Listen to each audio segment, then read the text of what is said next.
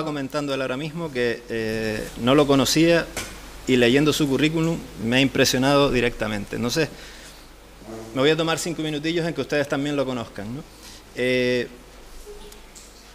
Les digo que yo considero que este campus de etnografía y para este campus de etnografía y para el municipio de Ingenio es un honor contar con un científico de la talla del doctor Moreno.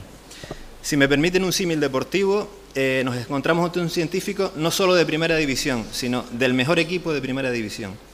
Nació en el norte de Gran Canaria, concretamente en Gáldar, estudió farmacia en las universidades de La Laguna y Salamanca, donde se licenció en 1982 con premio extraordinario. Su tesis doctoral la realizó en el Departamento de Microbiología de la Facultad de Biología de la Universidad de Salamanca y posteriormente trabajó durante 7 años, desde 1986 a 1993, en el Reino Unido con el Premio Nobel de Medicina y Fisiología, el de 2001, Serpal Nars, en la regulación del ciclo de la división celular. El doctor Moreno descubrió que los complejos CDK-ciclina regulan la división celular y describió su mecanismo de activación e inactivación. Estos estudios contribuyeron a sentar las bases del modelo de regulación de la división de células. Tras su vuelta a España en 1994, su interés ha centrado en el estudio de inhibidores, de la proliferación celular y de su papel en la diferenciación celular, el cáncer y la neurodegeneración. También han mantenido una colaboración muy estrecha con la empresa PharmaMar en el estudio de mecanismos de acción de varios agentes antitumorales, entre los que destaca el Yondelis, compuesto que ha sido aprobado por la Agencia Europea del Medicamento para el tratamiento de sarcomas, tejidos blandos y cáncer de ovario. En la actualidad, el doctor Sergio Moreno dirige el Instituto de Biología Funcional y Genómica de Salamanca. Voy a decir algunos méritos y premios, pero había bastantes más. En el 82 recibe, como ya comenté, el Premio Extraordinario de Licenciatura. En el 95 el Premio de Sociedad Española de Microbiología. En el 97 el Premio Severo Ochoa de Investigación en Biomedicina. En el 2001 es Fellow vitalicio del Clark College en Cambridge. En el 2002, miembro del Consejo Editorial de la revista Trends in Genetics. En el 2004, presidente del Comité Científico del Instituto Canario de Investigación del Cáncer. También en ese año, miembro de la Organización Europea de Biología Molecular, Premio Dupont de Ciencia, Premio Francisco Cobo de Investigación Biomédica, Premio Atlántico de Cáncer. Ya en el 2005, miembro de la Comisión del Área de Biología y Medicina del CSIC. En el 2006, Can de Plata de Gran Canaria, también Medalla de Oro de la ciudad de Gáldar. En el 2007, miembro del Comité Científico del Centro Andaluz de Medicina Regenerativa. En el 2008, miembro de la Comisión de Becas de la Organización Europea de Biología Molecular. También miembro de la Real Academia Nacional de Farmacia. En el 2010, medalla del Colegio Oficial de Farmacéuticos de Las Palmas de Gran Canaria. Y en el 2014, Premio Canarias de Investigación e Innovación. El doctor Moreno ha organizado 4 congresos internacionales, 2 de la Organización Europea de Biología Molecular, 1 de la Fundación Juan March y 1 de la Fundación Ramón Areces. Además, ha participado como ponente en más de 70 congresos internacionales. Como presidente del Comité Científico del Instituto Canario de Investigación del Cáncer, ha organizado 7 reuniones anuales para jóvenes investigadores de dicho instituto. Estas reuniones contaron con la presencia de profesores e investigadores nacionales e internacionales. Por otra parte, ha impartido conferencias y cursos en numerosas universidades: Oxford, Cambridge, Copenhague, Edimburgo, Fukuoka, Kioto, Guanajuato, Heidelberg, Milán, Oslo, Singapur, Autónoma de Madrid, Barcelona, Castilla-La Mancha, Complutense de Madrid, Extremadura, La Laguna, Las Palmas de Gran Canaria, Málaga, Menéndez y Pelayo, Oviedo, País Vasco, Pompeu y Fabra, Sevilla, Valladolid y bastantes más. También ha estado en centros de investigación como el Laboratorio Europeo de Biología Molecular en Heidelberg, el Instituto de Medicina Molecular en Oxford, el Gardner Institute en Cambridge, el Sanger Institute en Cambridge, el Swiss Institute for Cancer Research en Lausana, el Centro Nacional de Investigaciones Oncológicas en Madrid, el Centro Nacional de Biotecnología en Madrid, el Centro de Biología Molecular, el Centro de Investigaciones Biológicas y el Instituto de Investigaciones Biomédicas, junto con el Instituto de Salud Carlos III, todos ellos en Madrid, el Centro de Regulación Genómica de Barcelona, el Instituto de Neurociencia de Alicante, el Centro Andaluz de Biología del Desarrollo, Centro Andaluz de Medicina Regenerativa de Sevilla, etc. Ha publicado 77 artículos científicos, 10 capítulos de libros y 5 publicaciones de divulgación científica. Entre sus artículos destacan 6 publicaciones: en Nature 4, en Cell 1, en Science 1, en Cancer Cell 2, en Nature Cell Biology 7, en ImmuJournals 3, en Current Biology 1, en Nature Communication 1, en Yeast and Development 1, en Journal of Cell Biology 1 también. En conjunto, los trabajos del doctor Moreno tenían en 2013 9.607 citas en el Easy Web of Knowledge. Para que ustedes me entiendan, eso significa que 9.600 personas que se dedican a investigar han tomado como base los trabajos de nuestro ponente. Es verdaderamente impresionante y es todo un honor tener al lado al profesor, que ya tiene la palabra porque si no voy a seguir hablando yo.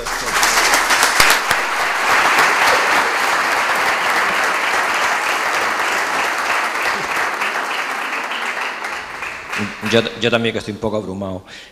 Muchas gracias por la presentación. La verdad es que nunca me había leído el currículum así delante de mí. Si no les importa, no sé si se oye bien es que a mí me gusta, como doy clases y esas cosas, me gusta estar de pie para presentar lo que les voy a contar aquí hoy. Entonces, no sé si ustedes prefieren estar aquí o prefieren sentarse, porque creo que a lo mejor... Y la otra cosa que iba a pedir, no sé si por la televisión, ¿se puede apagar alguna luz de por aquí o eso está...? Bueno, igual por el tema de la televisión no se puede hacer. Vale. Bueno, muchísimas gracias por la presentación una vez más y muchísimas gracias a la Universidad de Las Palmas. El profesor Regidor y yo nos conocemos desde hace muchos años, cuando yo acudía a la Facultad de Medicina de la Universidad de Las Palmas a contar las cosas que estaba haciendo en aquel momento por Oxford o por Londres, y fue mi querido amigo Nico Díaz Chico el que me introdujo a la Facultad de Medicina y aquí a la Universidad de Las Palmas. Nico no ha podido venir hoy porque tenía un viaje a Inglaterra, pero desde luego es una de las personas a las que yo siempre llevo en mi corazón, porque ha sido un exponente clave en mi vínculo con la Universidad de Las Palmas. También quiero agradecer al Ayuntamiento de Ingenio. Tengo que confesar que esta es la primera vez que estoy en Ingenio. Tenía que haberlo hecho antes, pero bueno, la vida se hace corta. Y entonces, pero bueno, nunca es tan mal el poder tener la ocasión de venir aquí hoy. Y sobre todo, realmente me he quedado muy impresionado con las actividades que lleva Coros y Danzas de Ingenio. Realmente yo no sabía lo importante que eran coros y danzas para la ciudad de Ingenio y para el folclore canario. Y claro, todos los días se aprenden cosas y me parece que toda la gente que está detrás de coros y danzas, en particular parece ser que David Castellano es un claro exponente de esto. Y te quiero dar las gracias, David, por invitarme a dar esta charla aquí hoy. Y no puedo olvidar a mi querido amigo Tino Castellano, que está aquí en primera fila. Tino es hermano de David y resulta que Tino y yo nos conocemos desde hace más de 40 años, porque Tino y yo somos producto de la Universidad Laboral de Las Palmas, esa universidad que está en Tafira, que hoy en día es un colegio que se llama el Felo Monzón. Pues nosotros éramos niños y con 14 añitos nos fuimos, nuestros padres nos dejaron allí, éramos alumnos internos en la Universidad de Las Palmas. También veo por ahí está Sulpicio, que es otro alumno de la Universidad de Las Palmas. Y la verdad es que nosotros estamos súper orgullosos de haber sido un producto de esa universidad, que no era universidad, era una mentira, porque no éramos universitarios, éramos solamente estudiantes de secundaria de hora. Pero nosotros nos creíamos que éramos muy importantes porque habíamos sido los elegidos para formar parte de un grupo reducido de alumnos que yo creo que nos formaron bastante bien y bueno, cada uno pues ha acabado haciendo su labor en distintos sitios. Entonces, ese digamos que es un poco la introducción que yo quería hacerles. Entonces, lo que yo les voy a contar aquí hoy, veo que hay mucha gente joven. Bueno, eso está bien, está bien. Hay también alguna gente un poco más, con más años, eso también está muy bien. Pero lo que yo les voy a hacer hoy es que les voy a regalar 10 años de vida. 10 años de vida si hacen las cosas que yo les voy a contar aquí hoy, esta noche. Entonces, el título de mi charla se llama ¿Cómo frenar el envejecimiento? Si siguieron un poco el currículum que se comentó antes, yo he estado trabajando durante mis años como investigador en biología celular. De hecho, el profesor Regidor y yo nos conocemos porque a los dos nos apasionan las células. Entonces, el título de la charla es ¿Cómo frenar el envejecimiento? Y la idea que yo quiero arrojar aquí hoy es que realmente la vida es muy corta y lo que nos gustaría a todos es vivir muchos años, pero llegar con muchos años joven. O sea, lo que queremos es extender la juventud. Y extender la juventud en sentido de que cumplimos años, pero vamos a seguir manteniendo una cierta calidad de vida. Entonces, lo que yo les voy a comentar hoy, que al final veremos que tiene que ver también con la tradición, digamos que el mensaje es qué es lo que podemos hacer para vivir muchos años y morir joven tan tarde como sea posible. Entonces, me voy a poner por aquí, porque desde aquí veo un poco más las diapositivas. Le voy a hacer una pequeña introducción para que un poco sean conscientes de cómo han cambiado las expectativas de vida de las personas a lo largo de los años. Esto es un informe de la OCDE del año 2013, donde se cuantifica la expectativa de vida, la esperanza de vida de distintos países. Y como ven, España en el año 2013 estábamos con una expectativa de vida de 82,4 años, y solamente nos superaban en Europa, Suiza e Italia. Si hacemos esta comparación a nivel mundial, somos el cuarto país a nivel mundial. Solamente se nos cuela aquí a nivel de Italia un país que es Japón. Que veremos que Japón, por unos temas de tradición cultural, tiene una expectativa de vida muy alta, sobre todo en algunas zonas del Japón. Curiosamente, Estados Unidos, que es un país que todos consideramos desarrollado, tiene una esperanza de vida menor que nosotros, y Rusia también menor que nosotros. Fíjense, por ejemplo, también Sudáfrica, que es un país que, digamos, dentro de los de África está considerado bastante desarrollado, tiene una esperanza de vida bastante baja, y de hecho esta esperanza de vida es similar a la que teníamos en España en el año 1900. Entonces, lo que es, digamos, lo que es espectacular también es que España ha aumentado desde el año 70, o sea, hace solamente 45 años, ha aumentado la esperanza de vida en 10 años. Y si miramos lo que consideramos como esperanza de vida, en realidad la esperanza de vida es la esperanza de vida media entre las mujeres y los hombres, y las mujeres viven más que los hombres, un promedio de 6 años más que nosotros.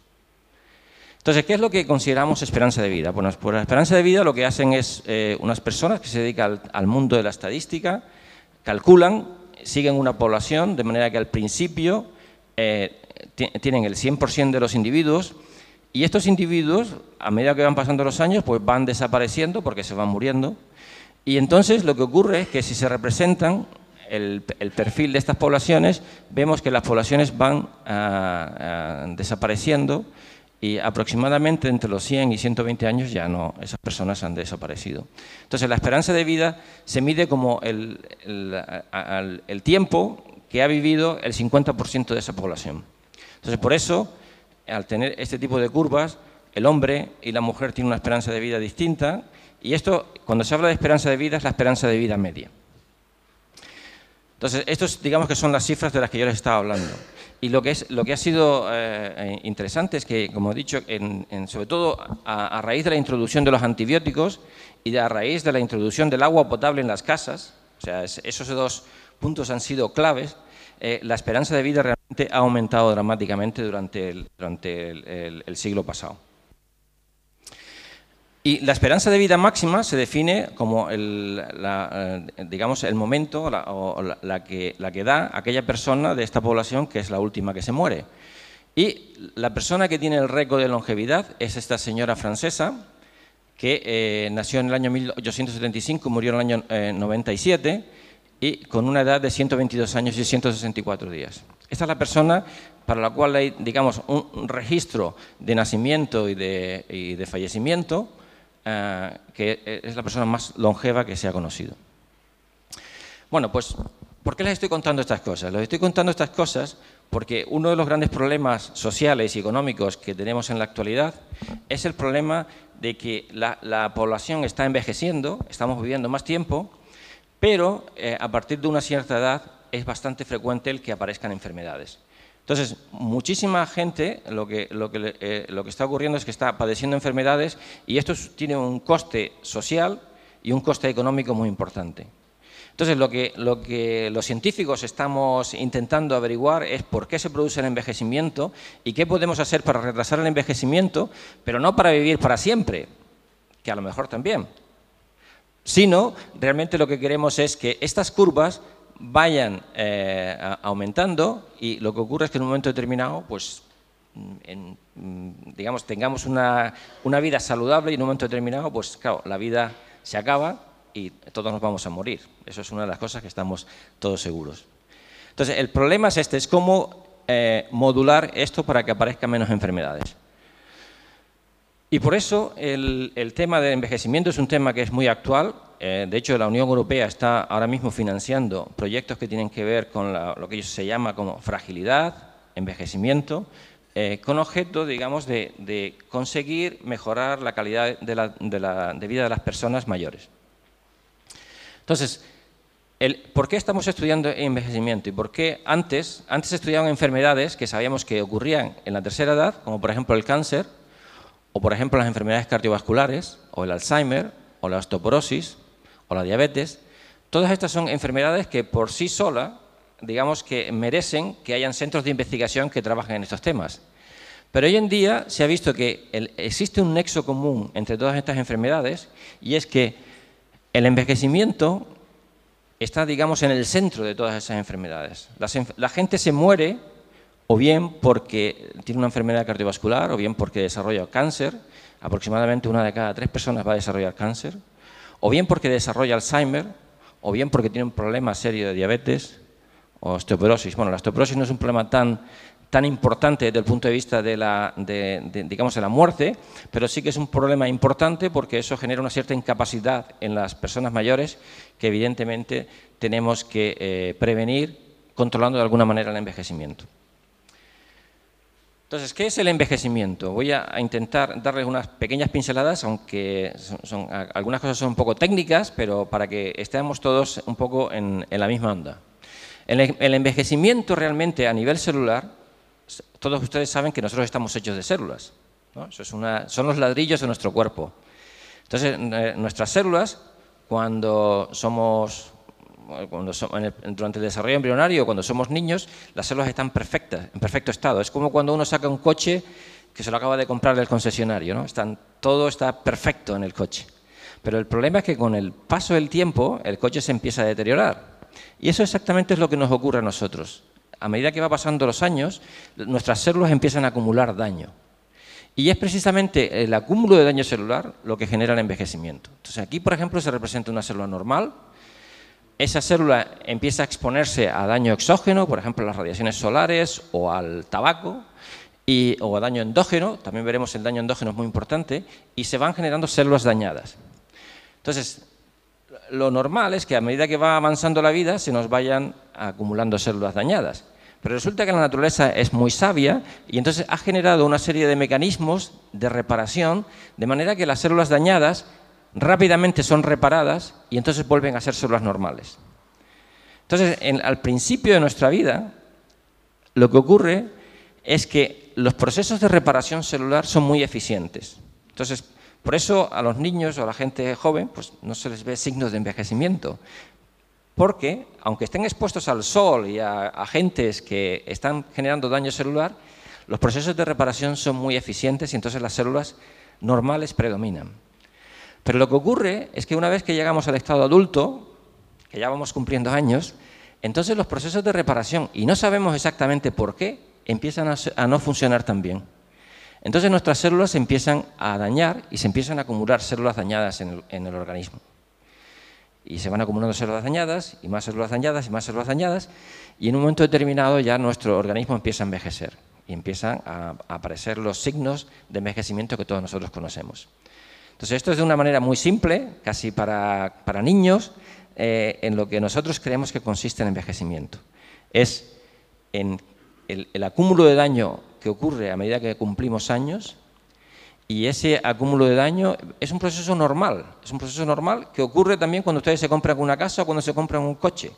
O sea, el coche en el momento de salir del concesionario está intacto, pero a medida que va cumpliendo años, yo tengo un coche de 18 años y ya está un poco cascado, bastante más cascado que cuando tenía 3 o 4 años. Y claro, nosotros cogemos el coche y lo llevamos a que lo reparen. Si no le hacemos el mantenimiento correcto al coche y existen unos sistemas de reparación, entonces el coche se va a deteriorar a mayor velocidad. Entonces realmente es este equilibrio entre acúmulo de daño y reparación lo que es clave para el envejecimiento. Entonces lo que tenemos que saber es las bases moleculares, por qué ocurre el daño y cuáles son los mecanismos que permiten la reparación para intentar controlar el sistema. Entonces, les voy a poner un ejemplo de un animal con el que nosotros trabajamos en el laboratorio, que resulta que este animal es un ratón, le hemos quitado un gen que es irrelevante, pero irrelevante, digamos, para esta audiencia, pero es un gen muy importante, y resulta que en este ratón, cuando le quitamos este gen, vemos, si analizamos el hígado o si analizamos el cerebro, estos son cortes de hígado y de cerebro, vemos que aparecen estas manchitas marrones, y estas manchitas marrones que vemos en la parte derecha, que corresponde al ratón que le falta el gen CDH1, en realidad eso es un marcador que nosotros utilizamos de daño celular. Entonces, los núcleos de las células de este ratón, aunque son núcleos de células fetales, o sea, en el propio feto se está generando este daño. Entonces, lo que sabemos, porque hemos estudiado para qué vale este gen, sabemos que este gen es importante para prevenir la aparición de daño. Si este gen no existe, los ratones acumulan más daño. Y, curiosamente, incluso en los propios embriones, estos embriones empiezan a envejecer. Y los ratones nacen, y cuando nacen ya son un poquito viejos. Y los estudiamos a lo largo de la vida del ratón y vemos que aparecen todos los signos característicos de un envejecimiento prematuro. Entonces, esto es un ratón en el cual, por exceso de daño, al faltarle este gen, se genera un envejecimiento prematuro. Pero el envejecimiento se produce desde el momento en que el embrión está en el vientre materno de la ratona. Entonces, esto lo que quiere decir es que realmente el envejecimiento es un proceso que nosotros no podemos controlar y por eso vemos a determinadas personas o determinados signos que se estudian en medicina, que son signos que se llaman progerias, que son individuos que nacen y ya parecen viejos y envejecen muy rápidamente. Otro caso en el que también se produce un envejecimiento prematuro, pero en este caso no es porque hay un exceso de daño, de acumulación de daño, sino porque hay un defecto de reparación, es este caso de aquí. Vean, esta persona, cuando antes de, digamos, de ser adulto, tiene un aspecto absolutamente normal. O sea, aquí parece una niña, aquí parece una persona de 20 años, pero a medida que va cumpliendo años, envejece mucho antes. A los 48 años, vean que ya tiene un aspecto de una señora de 60 o 60 y pico años, y aquí ya tiene un aspecto de una anciana. Pues lo que ocurre a estas personas es que le faltan una proteína que es importante para el proceso de reparación, que es el otro proceso de la parte de abajo de la ecuación de la que yo les hablaba antes. Entonces, genéticamente estamos programados para vivir más o menos años. Dependiendo de la calidad de nuestros genes, estamos programados para vivir más o menos años. Entonces, ese digamos que es lo que yo llamo el componente genético del envejecimiento. O sea, cada uno nos ha tocado la herencia materna y paterna de los genes que hemos heredado de nuestros padres. Y si tenemos genes de buena calidad, vamos a vivir muchos años, y si tenemos genes de no tan buena calidad, no vamos a vivir tantos años. Eso, digamos, es la lotería que nos toca con la genética, ¿vale? Pero de esto realmente no voy a hablar mucho más. De lo que voy a hablar ahora es de qué podemos hacer, independientemente de los genes que nos hayan tocado, simplemente con nuestro estilo de vida, para poder extender la vida. Entonces, la pregunta es posible extender la vida independientemente de nuestra genética? Y la respuesta obviamente es sí, si no, no estaría aquí esta tarde para contarles a ustedes qué es lo que se puede hacer. Y entonces, claro, ustedes me preguntarán, ¿cómo? ¿Qué es lo que tenemos que hacer para vivir más años? Bueno, pues una de las respuestas es lo que hace este señor de aquí. Este señor de aquí se llama Fauja Singh, es una persona de origen indio, del Punjab, son los que llevan estos turbantes, Y esta persona tiene 103 años. Bueno, ahora tiene 105 años. Pero cuando tenía 103 años, se dedicaba a correr maratones. Y el año pasado acabó la maratón de Londres. Entonces, una persona de 103 años corriendo maratones, esto es una cosa increíble, ¿no? Entonces, ¿qué es lo que hace este señor? Bueno, pues lo que hace este señor es que lleva un estilo de vida muy determinado. Este señor lo que hace es que, aparte de hacer ejercicio físico, y yo no recomiendo que vayan por ahí haciendo maratones, especialmente con esta edad, pero hacer ejercicio físico es una cosa que es muy beneficiosa para la salud, para extender la vida. Pero lo que es más relevante es que este señor come menos de lo que realmente es habitual en nuestra sociedad occidental. Y aquí tengo que hacer una reflexión sobre un poco sobre la tradición, ¿no? Yo recuerdo cuando era pequeño que en mi casa se comía los martes potaje de berros, y eso era toda la comida que había para el martes. Y los miércoles se comía otra cosa, y los jueves se comía otra cosa, y normalmente comíamos un plato. Y los domingos mi madre se iba a la Recoba de Galdar el sábado, compraba la carne, y entonces era el día que comíamos carne. El resto de la semana comíamos verduras, de lo que había en el campo. A lo mejor había algunas sardinas que venían de la playa de Sardina, las pescaderas con las sardinas, y se ponían a venderlas allí en el centro de Galdar. Y esa era nuestra dieta de entonces. Pero la dieta en Canarias ha cambiado radicalmente. No solamente en Canarias, ha cambiado en toda nuestra sociedad occidental. Con la llegada de los supermercados, esto realmente ha sido un caos. O sea, ha sido un caos porque ahora comemos mucho más de lo que realmente necesitamos. Tengan en cuenta que nosotros como humanos estamos diseñados, somos cazadores, estamos diseñados para cazar, comer y luego a lo mejor pasar periodos de hambre. Periodos de hambre y ese, digamos, ha sido nuestro estilo de vida durante miles de años. Pero en los últimos 50 años todos hemos visto, sobre todo los que ya tienen más de 50, todos hemos visto que la sociedad ha cambiado dramáticamente y la cultura gastronómica ha cambiado dramáticamente. En algunos casos para bien, pero en la mayor parte de los casos para mal. Entonces, este señor continúa con sus costumbres del Punjab ancestral y lleva una comida con un contenido calórico inferior al normal en nuestra sociedad occidental. Entonces, ¿qué base científica tiene esto? ¿Por qué si comemos menos vivimos más? ¿Y por qué estamos, digamos, más en forma físicamente? Bueno, estos experimentos que les voy a contar ahora es un experimento muy simple que se realizaron hace 80 años. Hace 80 años y realmente han pasado, hasta cierto modo, desapercibidos en la ciencia, digamos, mundial. Este señor de aquí hizo unos experimentos muy simples. En estas curvas se representa también el porcentaje de supervivencia, son unas curvas de esperanza de vida de las que les comenté antes, pero en este caso hechos con individuos y hechos con ratas. Entonces, en los puntos en verde son unas ratas en las que se les limitó la cantidad de comida que ingerían cada día, y los puntos en rojo son otras ratas que se alimentaban ad libitum. Ad libitum quiere decir a expuertas, a lo que quieran, que es, de hecho, es la manera que nosotros tenemos de crecer nuestros animales en el laboratorio. Los científicos somos muy generosos, aunque nos quejamos de los recortes económicos, pero a nuestros animales le damos de comer, digamos, le ponemos la comida, les ponemos, y ellos comen, los animales comen lo que quieren. Bueno, pues si se hace este experimento, vean que aquellas que han comido ad libitum, con una alimentación ad libitum, que han comido lo que han querido, se morían antes que las que tenían la dieta controlada. Y la dieta, el control de dieta significaba hacer lo que se llama una restricción calórica, pero del 80%. Y aquí no estamos hablando de introducir ningún tipo de dieta, sino simplemente limitar la cantidad de alimento, O sea, las dos poblaciones de animales comían lo mismo, pero a unas se les limitaba la cantidad de alimento al 80%. Entonces, como pueden ver, los animales con la restricción calórica vivían aproximadamente un año más.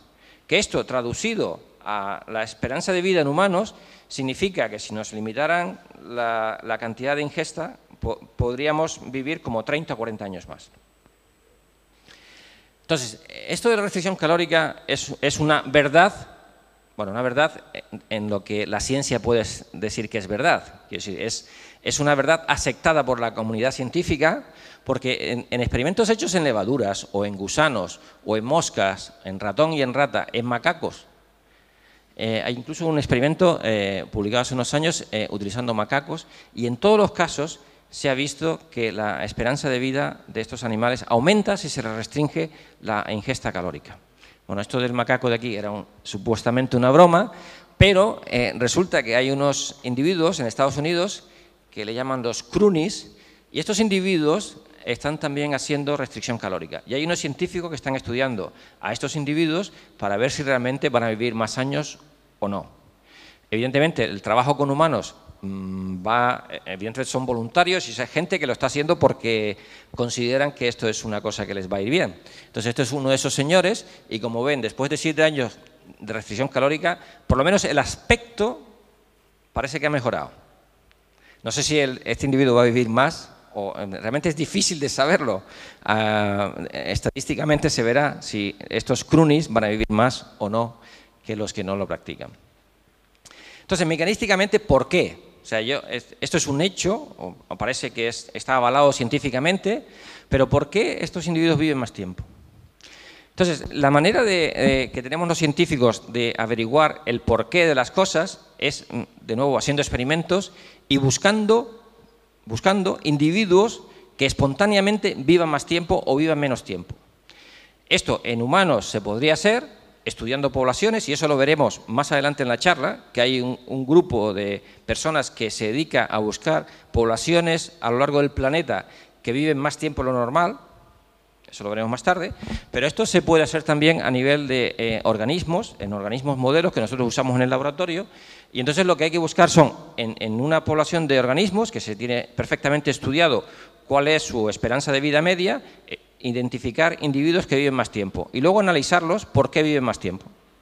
Entonces, para ello, uno de los sistemas modelos clásicos en los que nosotros también hemos estado trabajando, aunque no en temas de estos de longevidad, es este gusano de aquí, que es un gusano fantástico para estudiar en el laboratorio, porque una de las cosas que nos gusta a la gente que estudiamos la biología de las células es hacer microscopía. Entonces, este organismo de aquí es un organismo que tiene solamente 959 células y además es transparente.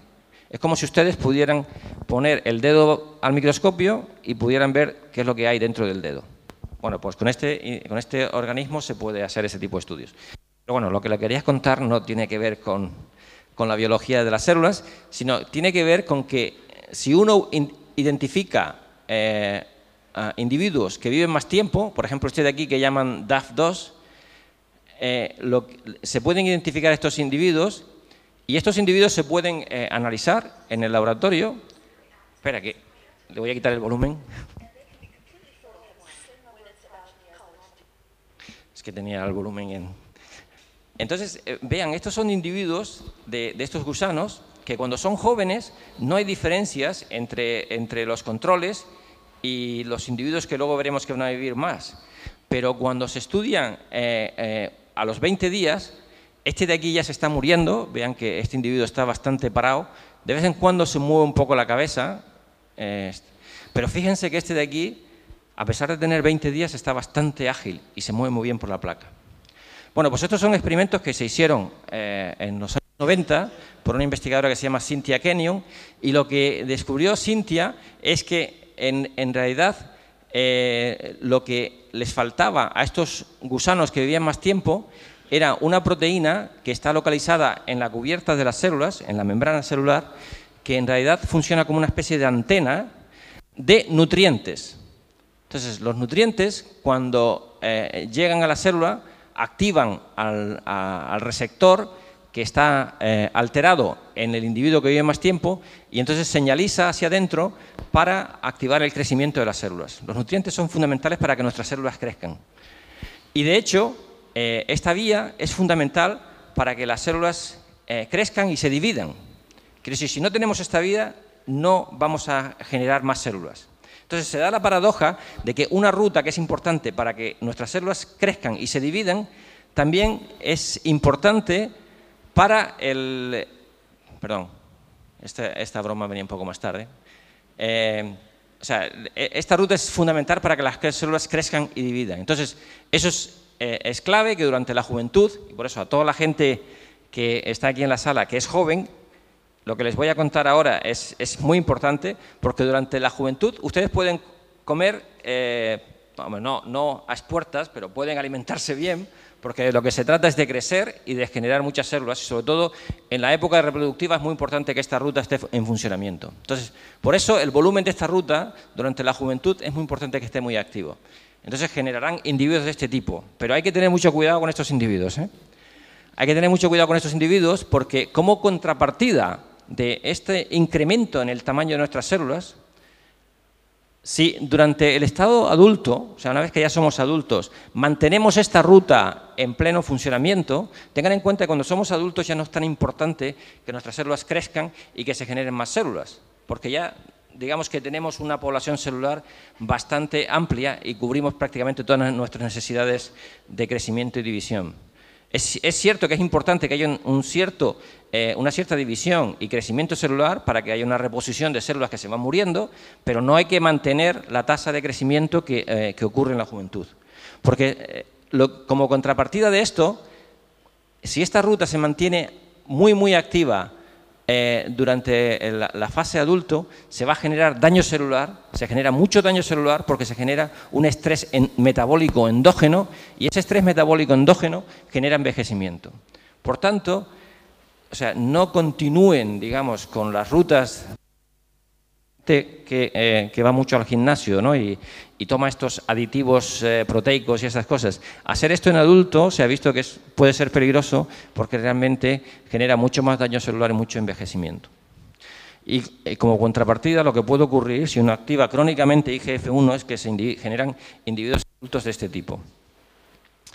Entonces, ¿qué tiene que ver todo esto que les he contado de una ruta metabólica? Esto es bastante ciencia, para una audiencia de este tipo. ¿Qué tiene que ver esto con lo que les estaba comentando antes de la restricción calórica? Pues es muy sencillo, simplemente que sepan que los nutrientes, sobre todo los aminoácidos, las proteínas, activan a este receptor. Este receptor activa una proteína que es muy importante que se llama TOR, que es la que promueve que nuestras células crezcan y se dividan. Pero como he dicho antes, cuando somos adultos, una activación crónica de esta ruta es lo que va a generar daño celular y envejecimiento. Entonces, lo ideal es que cuando somos adultos disminuyamos el volumen de esta ruta ingiriendo menos nutrientes. Entonces, si ustedes disminuyen la ingesta de nutrientes, no va a haber tanta activación del receptor, no va a haber tanta activación de TOR, obtienen suficiente tasa de crecimiento como para que las células sigan creciendo y dividiéndose, pero no un crecimiento excesivo como para que haya un daño celular y envejecimiento. Entonces, digamos que esto es mecanísticamente por qué funciona eso de la dieta reducida en calorías. Y como prueba de que eso realmente es así, unos investigadores en Estados Unidos han hecho un ratón en el que este receptor de aquí lo modificaron de manera que generaron lo que nosotros llamamos, en genética, llamamos un alelo hipomorfo. A ver si esto va para atrás. A ver. Es que como hay una película se tarda más. Entonces, esto es un alelo hipomorfo del receptor. Entonces, vean aquí que hay dos ratones. El ratón grande es un ratón normal y el ratón pequeño es un ratón donde el receptor de los nutrientes funciona un poco peor.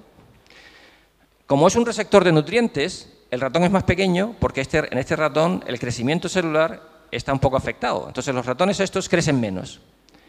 Entonces los ratones crecen menos, pero resulta que estos ratones son mucho más longevos, viven más tiempo que los ratones normales. Entonces, digamos que es una prueba genética de que efectivamente si uno altera esta ruta, disminuyendo la actividad de esta ruta, consigue que los individuos vivan más tiempo. Pero claro, el problema que tenemos aquí es que estos individuos son pequeños, o sea, lo ideal es que el ratón hubiese crecido hasta llegar a adulto con su IGF normal y que luego cuando sea adulto, entonces ya le disminuimos la función de este gen. Eso veremos que se puede hacer, ¿no? Pero digamos que esta es la prueba de concepto. Y la prueba de fuego, digamos, de que esto es así, es esta población de individuos que sufren un síndrome que se llama el síndrome de Laron. Y estos individuos viven en una región de Ecuador. Y resulta que cuando se analizaron estos individuos, se vio que presentaban, o sea, aportaban una mutación hipomorfa natural del receptor de IGF-1. O sea, ese mismo receptor que hemos modificado en el laboratorio, disminuyendo la función de IGF-1 en el ratón, existe una mutación en la naturaleza que genera individuos más pequeños. Y resulta que estos individuos más pequeños son tremendamente resistentes al desarrollo de enfermedades como el cáncer o enfermedades cardiovasculares. O sea, realmente se ve que esta ruta es importante en el envejecimiento y en el desarrollo de enfermedades que van asociadas al envejecimiento. Entonces, digamos que mecanísticamente el por qué tanto los ratones como las personas que tienen el síndrome de Laron viven más tiempo, y es porque a pesar de que consuman los mismos nutrientes que sus vecinos, al tener mutado el receptor de IGF-1, esta ruta de señalización está disminuida y por eso viven más tiempo y sufren mucho menos daño celular. Entonces, claro, esto ha llamado mucho la atención en compañías farmacéuticas y entonces, claro, el truco está, vamos a comer todos, a llevar todos una dieta normal, sin preocuparnos mucho de qué es lo que comemos, y lo que vamos a hacer es, vamos a buscar un fármaco, que nos lo tomemos, y después de darnos el festival, pues nos tomamos el fármaco, y si el fármaco inhibe esta ruta, pues la ruta, digamos, está modulada hacia abajo y vamos a vivir más tiempo. Bueno, pues esto se puede hacer. Yo no lo recomiendo, yo recomiendo que coman un poco menos, sobre todo los que ya vamos cumpliendo años. Entonces, el fármaco existe, y de hecho hay un fármaco que es muy específico de esta proteína que se llama TOR, que lo que hace es que disminuye la actividad de TOR. Y este fármaco es un fármaco que se conoce y que se utiliza en clínica desde hace años, que es un fármaco que se llama rapamicina. Y este fármaco que se llama rapamicina resulta que se le daba a pacientes que eran trasplantados de riñón, porque es un modulador, es un inmunosupresor. Entonces, la rapamicina se le daba a la gente que tenía problemas, bueno, que había sido trasplantado de riñón, y cuando se seguía esa población durante años, se vio que estos individuos pues, desarrollaban mucho menos cáncer, desarrollaban mucho menos enfermedades cardiovasculares. O sea, realmente tenían una serie de signos que eran compatibles con que el tratamiento con rapamicina estaba realmente corrigiendo esas enfermedades. Bueno, la rapamicina es un compuesto que se aisló de, esto también es un poco de folclore, por poner alguna pincelada de folclore en la charla, se aisló de la isla de Pascua, que en el dialecto autóctono se llama Rapa Nui, y de ahí viene el nombre de rapamicina. Rapamicina es un compuesto que la produce un Streptomyces. Los Streptomyces son unas bacterias fantásticas que nos producen, más del 50% del arsenal de antibióticos que nosotros conocemos. La streptomicina, por ejemplo, es producido por Streptomyces, la puromicina, o sea, muchos de los antibióticos que se utilizan en clínica vienen de los Streptomyces. Bueno, pues este compuesto, la rapamicina, también viene de un Streptomyces y se aisló en esta isla. Entonces, el experimento que se ha hecho, que se publicó en el año 2009, es el experimento con el que todos soñamos. O sea, vamos a dejar que la población llegue al estado adulto y a partir de que somos adultos nos empezamos a tratar con rapamicina y vamos a ver si vivimos más tiempo. Bueno, pues esto se ha hecho con ratones, tanto con ratones machos como hembras, y en los dos casos se ha visto que el tratamiento con rapamicina aumenta un 11% la esperanza de vida. Un 11% es considerable, o sea, un 11% es como 8 o 9 años más. Entonces, bueno, pues en la actualidad se está estudiando toda esta ruta, se está estudiando todas las moléculas que participan en esta ruta, y a lo mejor alguno de ustedes aquí en la sala es diabético y está siendo tratado con un compuesto que se llama metformina. No sé si hay alguien diabético que se trate con metformina. Bueno, pues la metformina es un agente que también extiende la esperanza de vida, porque la metformina se sabe que es un activador de esta proteína de aquí, que el nombre no viene al caso, pero lo que hace la metformina es que activa esta proteína, esta activa esta otra, y esta lo que hace es que inhibe a TOR. Y el truco está en inhibir a TOR. Si usted inhibe a TOR, vive más años.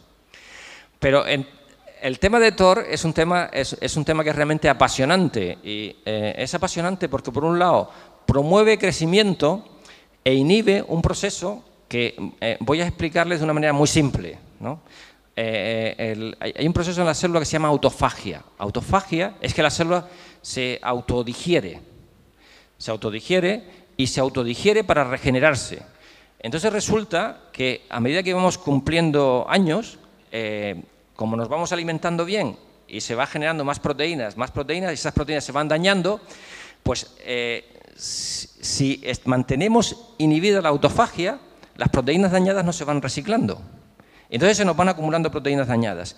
Entonces, en pacientes que presentan, por ejemplo, la enfermedad de Alzheimer, que en la enfermedad de Alzheimer se producen acúmulos de proteínas dañadas en nuestras neuronas, lo que parece que puede estar ocurriendo es que la autofagia está disminuida y por eso es por lo que se acumulan estas proteínas. Si ahora consiguiéramos reactivar la autofagia inhibiendo esta proteína TOR, conseguiríamos que pacientes que empiezan a desarrollar la enfermedad de Alzheimer consiguiéramos retrasar ese acúmulo de proteínas mucho tiempo.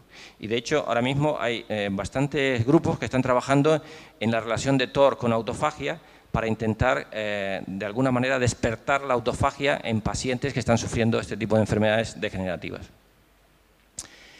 Bueno, esto en cuanto a la ciencia. Vamos a entrar un poquito en folclore ahora, ¿vale? Entonces, lo que les he contado hasta ahora, de alguna manera, indica el por qué unos determinados hábitos alimentarios permiten que la gente viva más tiempo. Y esos hábitos son consistentes con tener una ingesta un poco inferior a lo normal. Digamos que una ingesta del 80%. Y aquí no estoy hablando de ningún tipo de dieta, simplemente mi consejo es que coman un poco menos. O sea, que se fijen cuando se ponen un plato, la cantidad de comida que se ponen y sean conscientes de la cantidad de comida que se comen. No hace falta que repitan 3 veces. ¿Me entiendes? Con comerte un platito de comida es suficiente. Digamos que vuelvo a los años 60, al potajito de berros de aquella época, ¿no? Bueno, pues en estos sitios de aquí viven poblaciones que llevan unos hábitos alimentarios que son consistentes precisamente con ese tipo de tradiciones. En la isla de Cerdeña, esto por cierto, si alguien quiere seguirlo, hay una página web donde uno puede leer más sobre esto, y no sé si conocen una aplicación del teléfono que se llama TED. ¿Alguno de ustedes utiliza TED? ¿Saben lo que es TED? TED Talks, ¿no? Es una aplicación del teléfono donde hay unas charlas muy interesantes y además se traducen con subtítulos y pueden seguir, digamos, aprender de un montón de cosas. Bueno, pues hay una TED que la da este señor, Dan Buettner, que es el que ha hecho el estudio sobre las zonas azules. Bueno, pues en estas zonas azules, que son estas 5 zonas del mundo, este señor Dan Buettner ha identificado un mayor porcentaje de lo habitual de centenarios. Entonces, este señor de aquí es un señor que tiene 102 años. Vive en la isla de Cerdeña y lleva una vida como, digamos, una persona de aquí del campo con 70 o 80 años. Evidentemente tiene un aspecto mayor. Entonces, ¿qué es lo que son estos señores? Normalmente se dedican al pastoreo, llevan una vida, digamos, una alimentación muy basada en productos propios de los pastores, leche, infusiones que sacan por el campo y sobre todo caminan muchísimo. Este es el punto, esta es la zona azul donde los hombres viven más en toda la Tierra. Y es más, en este sitio se da la curiosidad de que los hombres viven más que las mujeres. Normalmente son las mujeres las que viven más que nosotros, pero en este caso viven los hombres más que las mujeres. Y parece ser que es consistente con el hecho de la dieta que llevan y con el hecho del ejercicio físico, un ejercicio físico moderado. Algo similar ocurre en la isla de Icaria, que es una isla en Grecia, donde también llevan una alimentación muy sana a base de pescado. Y digamos que el ambiente en el que viven también es en la zona, digamos, media de la isla, en las zonas que aquí llamamos las medianías, que yo no sé si hay algún estudio hecho en Canarias sobre este tipo de historias, para ver si la gente de las medianías vive más que la gente de la costa. Yo creo que van a vivir más, pero no sé si hay algún estudio hecho. Y luego nos vamos a ir a otra isla. Fíjense que en estos 3 casos son islas. Nos vamos a ir a una isla que es al sur del Japón, que es la isla de Okinawa. Okinawa es como las Canarias del Japón. Yo he estado en Okinawa y uno viaja a Osaka y luego de Osaka tiene que coger un avión de 2 horas y media y llega a Okinawa. Bueno, pues en Okinawa, aquí las que viven mucho tiempo son muy longevas, son las mujeres. Y lo que ocurre es que es una alimentación muy parecida a la del señor este de la India, donde se alimentan con platos pequeños. O sea, es una cuestión cultural, es tradición. En vez de comer en platos grandes, se alimentan en platos pequeños. Y tiene una alimentación muy basada en el pescado azul, en estas cositas muy simples, que saben que la cocina japonesa es una cocina muy simple, con muy pocas grasas. Y luego hay también una serie de costumbres sociales. Resulta que las mujeres socializan mucho, tienen como su club de amigas, o sea, se relacionan entre ellas. Y luego, una de las cosas que tienen es que estas mujeres tienen como su objetivo de vida. Entonces, cada día se levantan por la mañana y saber cuál es mi objetivo de vida, qué es lo que voy a hacer hoy, y durante el día pues hacen las cosas que tienen que hacer. Entonces, es una combinación entre estar activas físicamente y una alimentación relativamente reducida. En esta zona de aquí de Loma Linda, que es una zona en California, lo que ocurre es que vive un grupo una cuestión religiosa, es un grupo de adventistas, y aquí hay gente que procede de todo el mundo, lo que les une es la religión. Y de nuevo, desde el punto de vista cultural, lo que tienen es que en la mayor parte de ellos son vegetarianos, pero no exclusivamente vegetarianos, pero digamos que tienen una predilección por alimentarse de vegetales, pero también fomentan mucho la actividad física. Se ayudan entre ellos, son de estas gentes que se ayudan entre ellos, cuando necesitan hacer algo en la casa al lado se ayudan. Es como aquí, no sé si todavía existe, aquí en Canarias recuerdo que cuando alguien se construyó una casa, todos los vecinos le ayudaban a construir la casa, ¿no? Aquello que decíamos, vamos a echar un techo. Pues más o menos eso es lo que hacen en Loma Linda. Y en Nicoya ocurre algo parecido a lo que ocurre en Cerdeña y Caria. Es una zona de Costa Rica, una península, donde la gente también tiene una alimentación muy sencilla y digamos que lleva un estilo de vida muy simple. Entonces, lo que parece ser que es común a todas estas personas es que comen menos, o sea, realmente comer menos es importante para mantenerlas longevas. Utilizan platos pequeños. Una de las cosas que hacen en Japón, que además tienen una palabra para ello, o sea, en su cultura tienen una palabra que significa parar al 80% o algo así. Son conscientes de que si tú paras antes de que te sacies, te vas a quedar mejor. O sea, es como que vas a tener una mejor digestión. Y eso está demostrado científicamente que es así, porque resulta que nosotros estamos de alguna manera diseñados como cazadores que hemos sido para pegarnos el atracón y comer y luego tener unas ciertas reservas. Entonces resulta que se tarda un tiempo desde que uno tiene la sensación de saciedad hasta que la sensación de saciedad llega al cerebro y dice hay que parar de comer. Todas estas poblaciones hacen actividad física moderada, caminan, pasean, juegan, y en todas estas poblaciones la gente mayor socializa y los ancianos gozan de un privilegio social. Cosa que yo creo que también aquí existe y yo creo que aún se mantiene.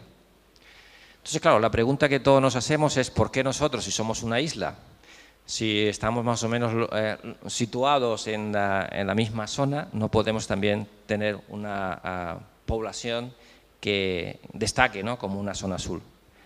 Yo creo que podíamos tenerlo, pero quizás de lo que tenemos que ser conscientes es lo que hemos estado hablando aquí hoy, y es de ser conscientes de la cantidad de comida que ingerimos cada día. Y realmente no es necesario comer tanto. No es necesario comer tanto porque comemos más de lo que necesitamos. Entonces, Entonces, esto, digamos que de alguna manera se remonta a la sabiduría popular, que supongo que algunos de ustedes conocen este refrán, que dice que para vivir muchos años, poca cama, poco plato y mucha suela de zapato.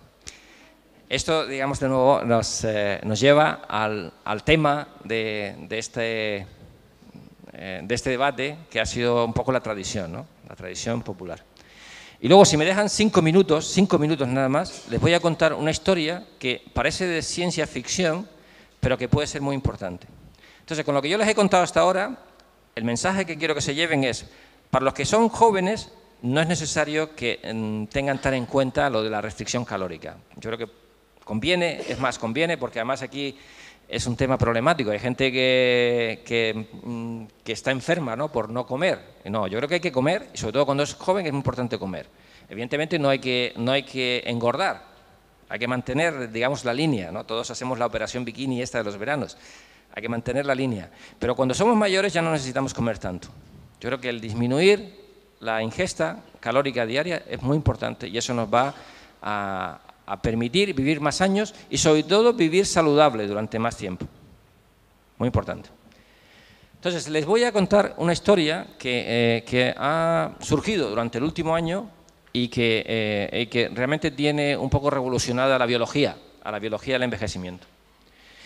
Y el tema este tiene que ver con que yo les he contado hasta ahora, digamos, cuál es el proceso natural. O sea, nuestras células van a ir envejeciendo a medida que vamos avanzando en edad y de eso pues no podemos hacer nada, simplemente frenarlo, intentar que llegue más tarde. Entonces la pregunta ¿es posible rejuvenecer nuestros tejidos? ¿Es posible que nuestros tejidos se vuelvan jóvenes y nos quitemos años de encima? Bueno, pues la respuesta a esta pregunta parece ser, aunque ya digo que esto es motivo de investigación en la actualidad, ¿eh? No quiero que se lleven esto como un dogma de fe, porque como decía el rector antes, la ciencia es experimentación, evidencia experimental, y surge un tema nuevo, y ese tema nuevo evidentemente hay que testarlo muchas veces para demostrar que eso es una verdad científica. Entonces parece ser que sí. Y claro, esto es un sueño que realmente hemos tenido los humanos durante muchísimos años. Eso es un cuadro que es el cuadro que se llama La fuente de la juventud o La fuente de la eterna juventud. Y es un cuadro interesante porque si se fijan en el cuadro, si vamos al detalle, hay unos personajes que entran en esta fuente por la parte izquierda de la piscina, se bañan y luego salen por la parte derecha de la piscina. Pero si uno lo analiza con más detalle, verán que los que entran por la parte izquierda de esta fuente o de esta piscina, ven que son personas ancianas. Y luego los que salen por la parte derecha son personas jóvenes. Es como si el baño en esta piscina nos va a permitir rejuvenecer. Entonces, como he dicho, hace un año y medio, una de las revistas más importantes en investigación, que es una revista que se llama Science, publicó un editorial, eso es un editorial de Science, donde dice en inglés, "Delicious young blood contains the elixir of life". Algo así como, la sangre deliciosa joven contiene el elixir de la vida. Entonces, bueno, evidentemente la gente hizo paralelismos con estas cosas de vampiros que están de moda. ¿Y por qué digamos, surge esa idea? Resulta que había unos investigadores que estaban trabajando con ratones y de hecho estaban utilizando una técnica que se utilizó en experimentación animal hace 150 años, pero que luego en los años 60-70 entró en desuso, que es una técnica que se llama parabiosis. En la técnica esta de parabiosis, que aunque suena un poquitín cruel, lo que se hace es que se cogen dos ratones, se les hace una incisión de manera que se separa la piel de la espalda de uno de ellos y del otro, y luego se cogen las pieles. Ya sé que es un poco cruel, pero eso se hace evidentemente con todo controlado, ¿no? Con comités de éticas de por medio. Entonces se cogen los animales y se mantienen unidos con estas grapas las pieles de los dos animales. Entonces lo que ocurre es que después de unos días se generan nuevos vasos sanguíneos y la sangre de uno de los animales pasa al otro y viceversa. Entonces de esa manera se consigue mezclar, se consigue hacer lo que sería el equivalente a unos siameses, pero en ratón. Entonces, esta técnica se conoce parabiosis y esto viene del griego, que significa vivir al lado. Entonces, estamos utilizando la parabiosis para estudiar una serie de procesos y lo que vieron es que cuando hacían la parabiosis entre ratones de distinta edad, y es lo que aquí se representa como parabiosis heterocrónica, si se cogía un ratón mayor y un ratón joven y se les sometía a esta técnica de manera que las sangres de uno se mezclaban con el otro, y luego se analizaba, lo que se vio es que este es el corazón de un individuo joven, este es el corazón de un individuo viejo. El corazón es un órgano fantástico, porque tengan en cuenta que nuestro corazón tiene que estar latiendo durante los 80 o 90 años que vivamos. O sea, es una bomba que no se puede parar. Y lo que ocurre es que a medida que vamos cumpliendo años, nuestro corazón, del uso, se va hipertrofiando. Entonces, la gente mayor es normal que tenga un corazón más grande que un individuo joven. Entonces, esto es lo que ocurre con un corazón viejo, esto es lo que ocurre con un corazón joven.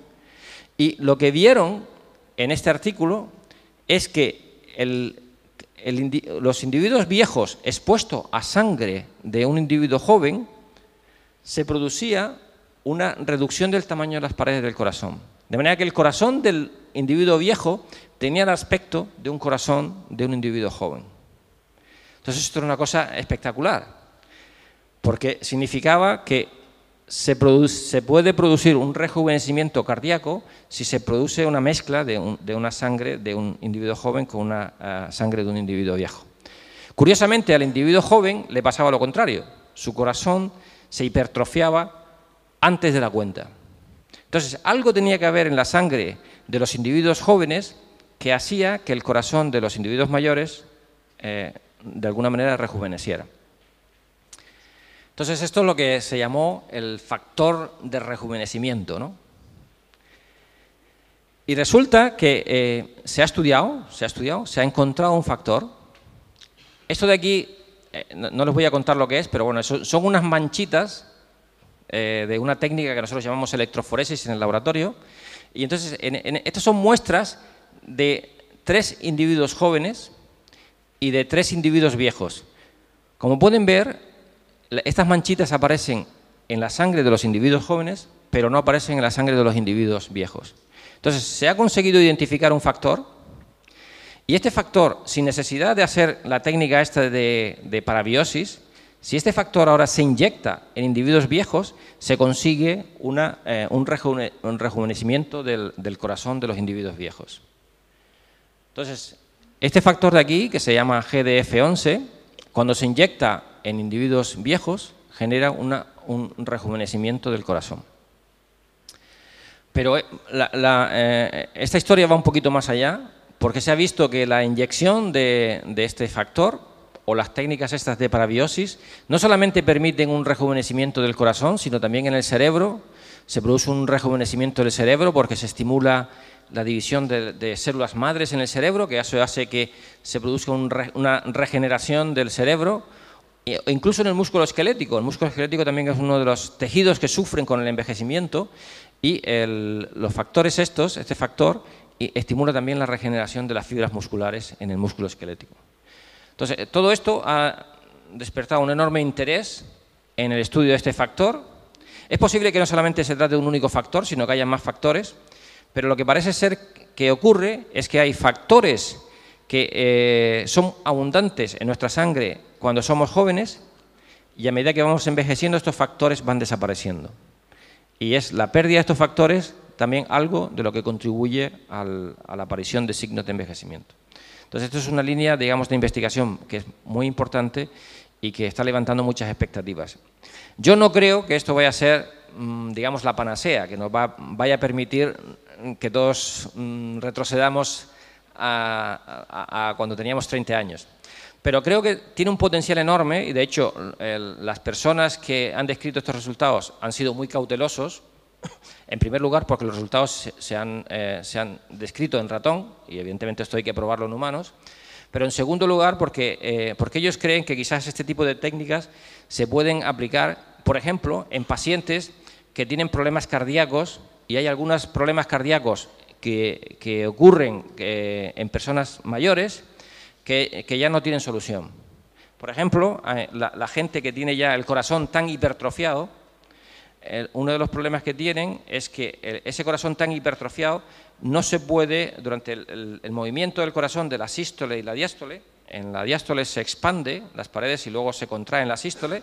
Entonces, eso genera una insuficiencia. Por ejemplo, hay un problema que es la insuficiencia diastólica, que esa insuficiencia es un problema serio y la gente se muere de eso. Entonces, si mediante la administración de este tipo de factores se consigue de alguna manera revertir o regenerar ese corazón, se podría pensar en encontrar una cura para ese tipo de personas.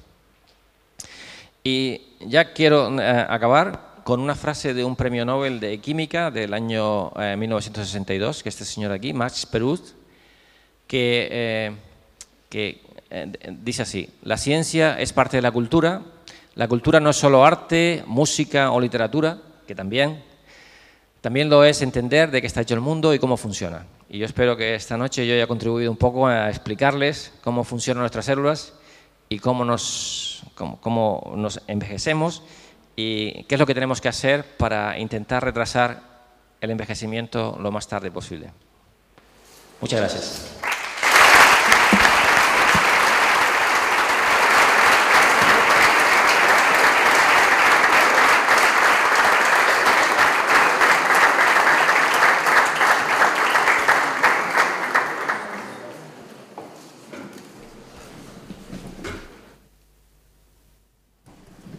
Muchas gracias al profesor don Sergio Moreno.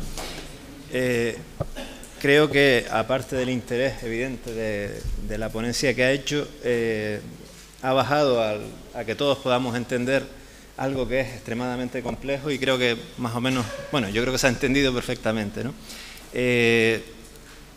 Si quieren hacemos solamente una o dos preguntitas, o si alguien tiene alguna preguntita así corta, porque creo que ya con el calor estamos y seguro que el ponente también tiene que estar bastante cansado.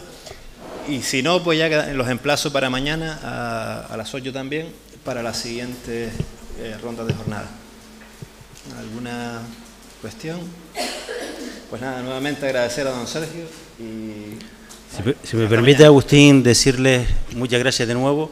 También a la audiencia que nos sigue a través de Internet para todo el mundo, y les emplazamos para mañana, que habrán dos charlas también muy interesantes, que es entramos ya también de hecho en otro tipo de tradición, como es la rama de Agaete, Historia y Mito, y también la Casa del Obispo, un espacio para ser visitado. Estarán a cargo de don Victoriano Barroso, arqueólogo, y también José Geray Rodríguez Quintana, que es doctor en Filología y verseador, y también es el presidente de la Asociación Cultural Hoyo Silva, que tiene su sede social aquí gracias al Ayuntamiento de Ingenio, en la Casa del Obispo, ubicado en Carrizal.